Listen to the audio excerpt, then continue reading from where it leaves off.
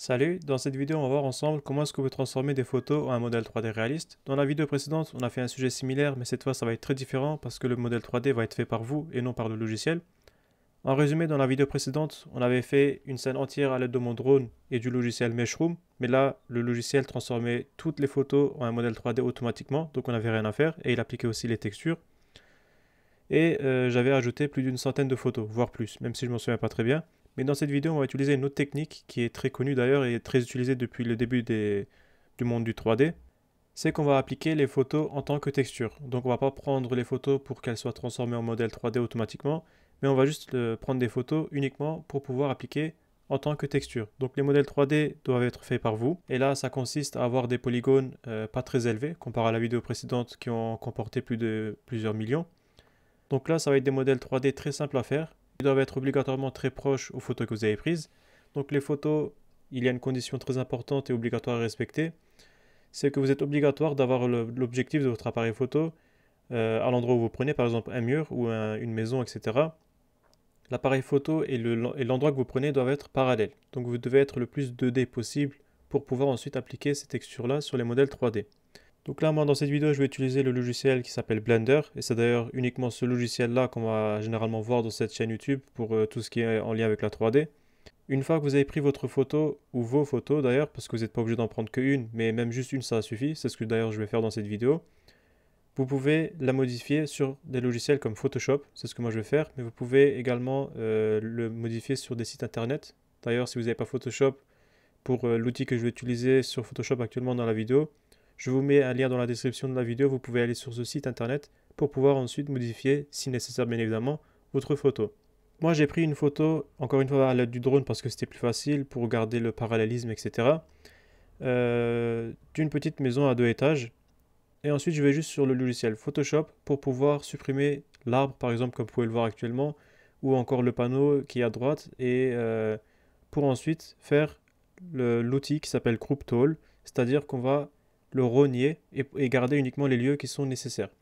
Bien évidemment, sur Photoshop, cet outil ne fait pas que le rogner, il va également aussi le rendre la photo en 2D, c'est-à-dire qu'il va étirer, etc. automatiquement à notre place pour pouvoir la rendre le plus 2D possible. Et là, ici, on va directement faire un modèle très similaire à la photo que j'avais prise. Donc moi, dans la photo que j'ai prise, c'est en tout cas les sujets en 3D, c'est les fenêtres et la porte quasiment, il n'y a que ça, il n'y a rien d'autre. Donc là, moi, ce que je vais faire, c'est que je vais faire un petit cube d'une taille un peu aléatoire, mais généralement, vous devez faire attention si votre projet a plusieurs modèles, vous devez adapter les tailles, etc. Là, moi, ça va être un peu du aléatoire, c'est juste pour vous montrer la technique. Et je vais aussi le rappeler parce que j'ai oublié de le dire. Là, cette technique, elle fonctionne plutôt avec des choses qui ont une surface plate ou proche d'être plate. Comme là, actuellement, c'est juste le mur d'une maison avec des fenêtres. Plus vous prenez des objets avec des surfaces qui ne sont pas alignées, qui ne sont pas plates, etc., plus ça sera compliqué pour vous de faire le modèle 3D. Mais cette technique-là est très bien appliquée sur tout ce qui est route, trottoir, mur, plafond, etc. Tout ce genre de choses peuvent être utilisées avec cette technique. Même si c'est pas limité que à ça, mais là actuellement je vous ai juste dit ce qui passait par ma tête. Ensuite, je vais, comme dit avant, faire le modèle 3D très similaire à la photo. Donc là je fais juste un petit cube aléatoire. Et ensuite on va passer sur UV Editing, ou d'ailleurs pas tout de suite, mais on va d'abord déjà importer la photo. On va à droite dans le petit rond rouge, c'est le matériel. Ensuite, on va juste aller directement sur Base Color, sur le rond jaune, et on va cliquer dessus pour pouvoir ensuite chercher Image Texture. Donc là, à partir de cette base-là, on va directement importer notre photo en cliquant sur Open.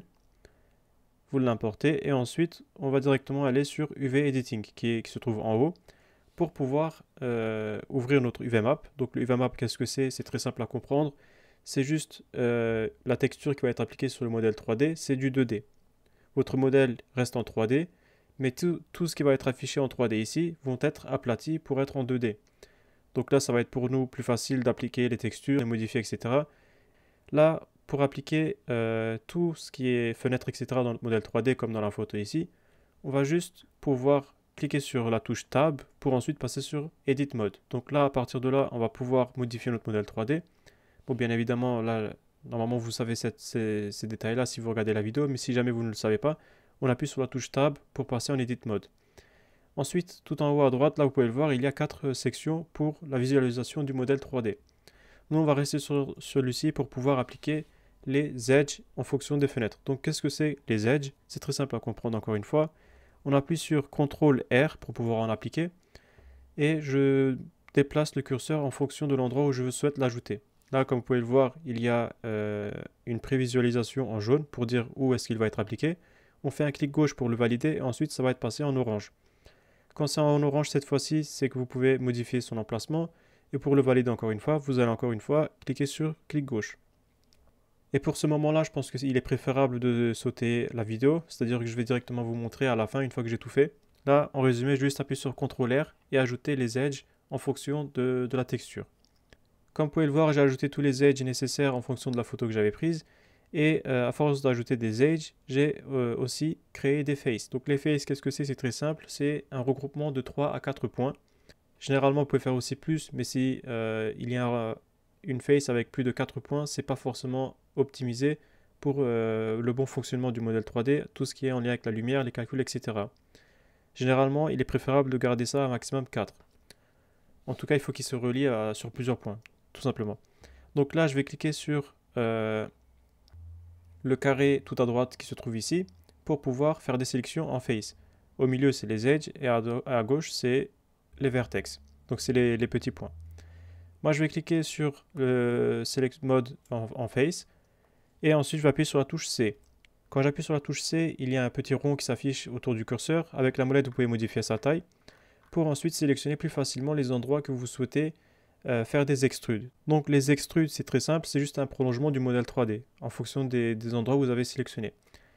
Pour pouvoir faire une sélection plus facile, vous pouvez, si vous le souhaitez bien évidemment, vous n'êtes pas obligé, d'appuyer sur la touche Alt et ensuite, avec la molette de votre souris, vous pouvez faire des gauche-droite pour pouvoir être en parallèle en fonction de votre modèle.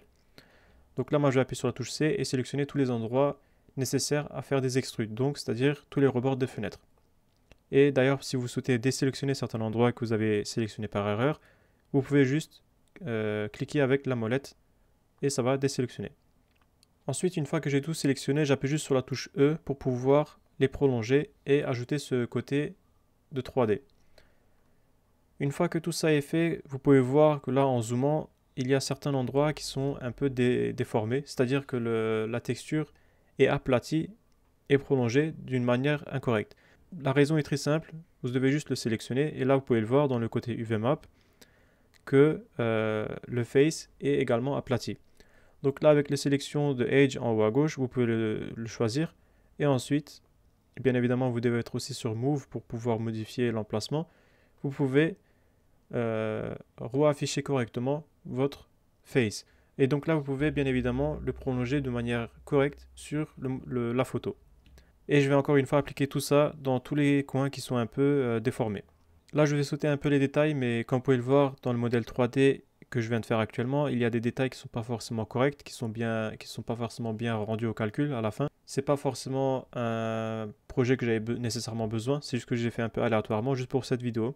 Si vous avez tout type de questions, vous pouvez les poser en commentaire. Peut-être qu'il y a des sujets que j'ai sautés ou que j'ai mal expliqués ou peut-être que j'ai été trop rapide. Mais peu importe, vous pouvez poser tout type de questions, moi je serai là pour y répondre. Merci d'avoir regardé la vidéo et je vous dis à la prochaine.